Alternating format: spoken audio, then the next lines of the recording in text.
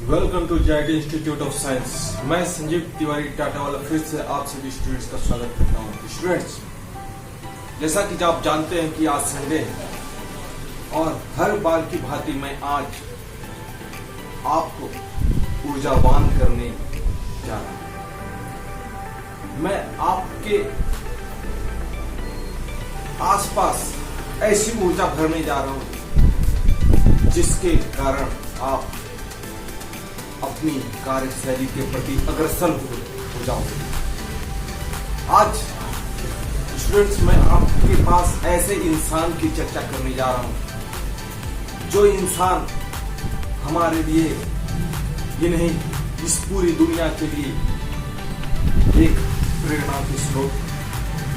हाँ, मर्यादा पुरुषोत्तम राम। मर्यादा पुरुषोत्तम राम का नाम आते ही स्टूडेंट्स आप सभी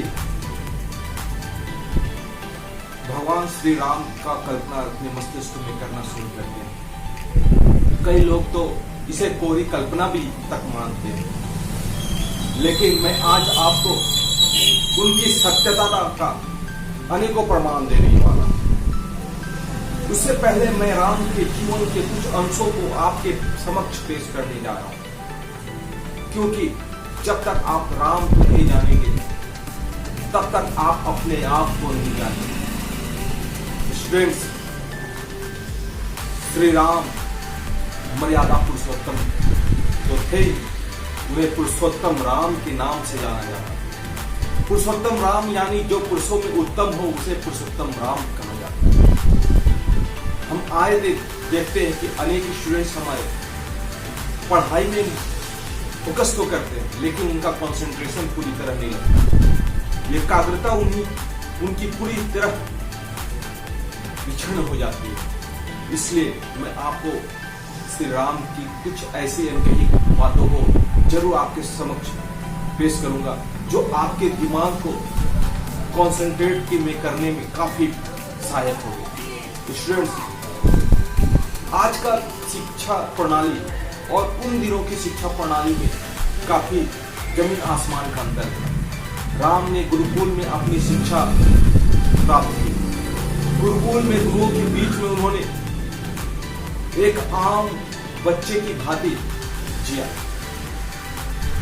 दूसरी भाषा में बोले तो उन्होंने कभी भी अपनी जिंदगी में ये पेश नहीं होने दिया कि वे खुद भगवान हैं या खुद ईश्वर हैं। उनके कारनामों के कारण आज हम उन्हें भगवान की श्रेणियों में रखते हैं। राम ने अपनी गुरुकुल जिंदगी में गुरुओं के साथ जो पेश किया वो आज के हम विद्यार्थियों को एक प्रेरणा का स्रोत बनना चाहिए। वे गुरुओं को सेवा तो करते थे अपने गुरुकुल में, साथ में वो वहां पे एक साधारण बच्चे की भांति जिंदगी जीते थे। स्टूडेंट्स, उन्होंने अपने गुरुकुल में जो नियम और जो अनुशासन बढ़ता वो आज हमारे लिए प्रेरणा का स्रोत है। स्टूडेंट्स, हम अभी जो आपको शिक्षा प्रदान करते हैं उस शिक्षा में कुछ तो कमी है जो हमें आज बहुत पीछे ढकेल देता है। आज हम सभी बहुत डेवलप होने के बाद भी बहुत पीछे। मैं 5000 साल पहले चले जाऊं तो वह दिन आज के युग के से काफी डेवलप। पिता पुत्र का संबंध, माता पुत्र का संबंध, भाई भाई का संबंध, हर जगह से भी लोग संपन्नता कैसे, वो मैं अभी आपके समक्ष पेश करने जा रहा हूं। मैं सर्वप्रथम गुरुकुल में जो उन्होंने अपने लाइफ को जिया, अपनी जिंदगी को जिया, उसके लिए कुछ बातें आपको बताने जा रहा हूं। गुरुकुल में उन दिनों जो शिक्षा तो प्रदान किया ही जाता था, अपितु उनको मोक्ष प्राप्त करने की विधि भी बताई जाती है। यानी हम जानते हैं कि श्री राम ने कोई बीमारी की मृत्यु प्राप्त नहीं की, या ना ही उन्होंने ऐसी मृत्यु प्राप्त की जो कि किसी ने उन्हें वध कर दिया।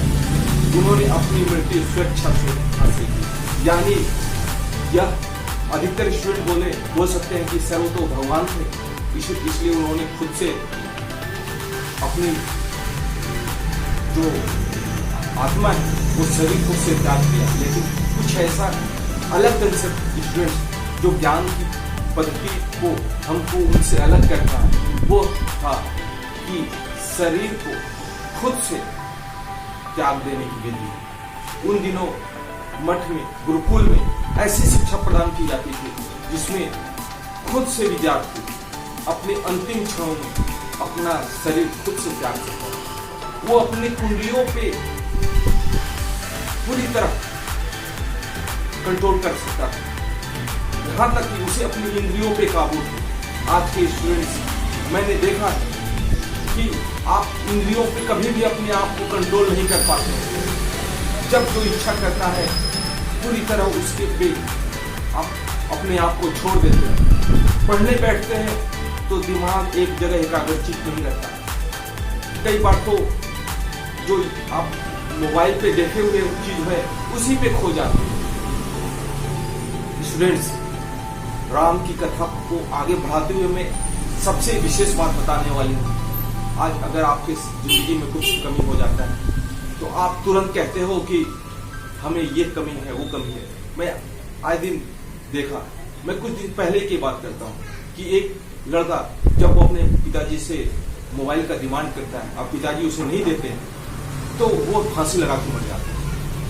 आप सोचो कि एक मोबाइल न देने के कारण वो फांसी लगा के मर गया, और राम ने अपनी पिता की वचन की कीमत चुकाते हुए अपने घर को त्याग दिया। 14 वर्ष की वनवास को चले गए। आज अगर आप अपने पुत्र को कहो कि आप यहां से चले जाओ तो फिर वो आपसे लड़ना शुरू कर देगा।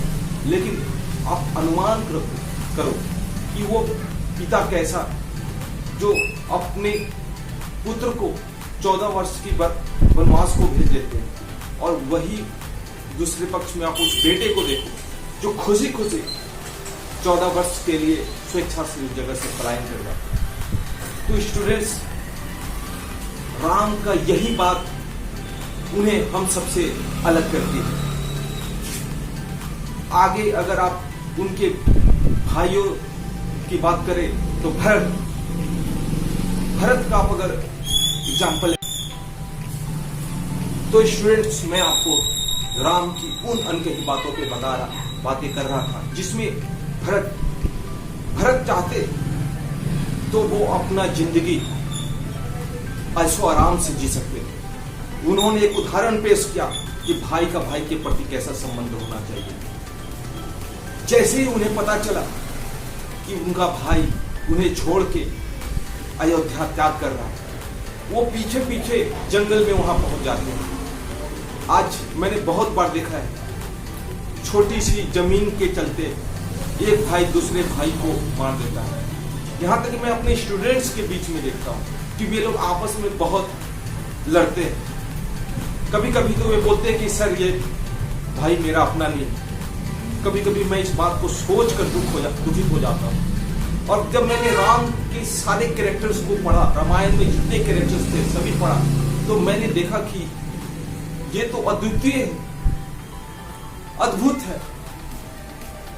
इसे हमें सबक सीखना चाहिए। भाई का भाई के प्रति संबंध कैसा होना चाहिए। उन दिनों केवल भरत और राम तक ही सीमित नहीं था। रावण दैत्य होते हुए भी उसके भाइयों के बीच का जो संबंध आप देखोगे तो वो भी एग्जाम्पल सेट करने वाला। यानी उस समय जो राक्षस हुआ करते थे, दैत्य हुआ करते थे, उनमें भी एक मैनर्स हुआ करते थे। भाई भाई का संबंध व्यक्त करते हुए कुंभकर्ण विभीषण से कहता है कि जब हमारी सबकी मृत्यु हो जाएगी तो आने वाले समय में कोई भी तुम्हारा नाम नहीं रखेगा।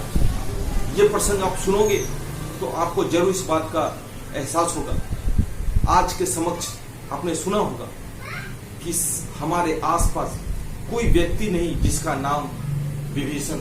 विभीषण नाम सुनते ही आपके मस्तिष्क में एक ऐसा व्यक्ति का इमेजिनेशन होता होगा जो आपको छलता है, अपने भाई को ही छलता है और उसे धोखा देता है, ऐसी इमेज बनता है। हम हिंदू धर्म में तो बहुत सारे आप लोगों के अंदर देख सकते हो कि कोई भी व्यक्ति अपने भाई का नाम कुंभकर्ण, विभीषण, रावण, मेघनाद तो नहीं रखता है, क्योंकि हम अपने धर्म को तो जरूर अनुसरण करते हैं, लेकिन हम अपने धर्म को पूरी तरह अपनी जिंदगी के लिए उतारें। अगर मैं पूरी तरह बात करूं तो हम चाहते तो हम अपनी जिंदगी में रामायण के पूरे साथ को उतार सकते हैं। नाम के लिए हम रामायण देखते हैं, लेकिन रामायण में राम का जो कैरेक्टर है हमें अपनी जिंदगी में सबसे पहले उतारना होगा। हम अधिकतर राम को तो देखते हैं लेकिन रावण को फॉलो करते हैं। रावण कौन था? रावण भी एक ब्राह्मण पुत्र था, लेकिन उसकी माता दैत्या होने के कारण उसके अंदर आसुरी प्रवृत्ति आ गया। आसुरी प्रवृत्ति आने के कारण वह वेदों का ज्ञाता होने के कारण, जैसा कि स्टूडेंट्स हम जानते हैं कि हम सभी कि रावण जो एक ब्राह्मण था उसे वेदों का ज्ञान था। जैसा कि वेद 4 होता है, अथर्ववेद, अर्जुवेद, सामवेद, जो भी वेद था उसने उस पर पूरी तरह कंठस्थ हासिल कर ली, लेकिन फिर भी वो सही और गलत के बीच में कभी भी फर्क नहीं करता। वो हमेशा अपने अंदर आसुरी प्रवृत्तियों को भी प्रबलता से आने देता। यही कारण है कि आज हम सभी लोगों के अंदर राम की जगह रावण ने वास कर लिया। तो स्टूडेंट, सबसे पहले आप अपने अंदर राम को जिंदा करो। राम जिस दिन आपके अंदर जिंदा हो जाएगा, तो मैंने कहा था ना अपने पहले वीडियो में कि हमें इतिहास रचना है। राम ने इतिहास इसलिए रचा क्योंकि राम ने अपनी जिंदगी को उस प्रकार जिया। स्टूडेंट्स, अगर राम के साथ जितने भी पात्र थे, अगर आप सभी पात्रों को देखें तो सबसे आपको कुछ न कुछ सीखने के लिए जरूर मिलेगा। अंतिम में मैं एक चीज कहना चाहता हूं कि रामायण हमारे धर्म का एक अनूप भेंट, इसे हमें घर में जरूर देखना चाहिए और हमें अपनी स्कूली शिक्षा के साथ साथ अपने इस ज्ञान को भी आगे बढ़ाने की आवश्यकता है। स्टूडेंट्स, हमें गुरु को प्रथम दर्जा देना बहुत जरूरी है। किसी ने सच ही कहा है, गुरुर ब्रह्मा गुरुर विष्णु गुरुर्देवो महेश्वरा गुरु साक्षात पर ब्रह्मा तस्मै श्री गुरुवे नमः। यानी गुरु ब्रह्मा है, गुरु विष्णु है, गुरु महेश्वरा है, गुरु साक्षात पर ब्रह्म है, तस्मै श्री गुरुवे नमः। अतः मैं भी अपने गुरु को नमस्कार करता हूं। धन्यवाद।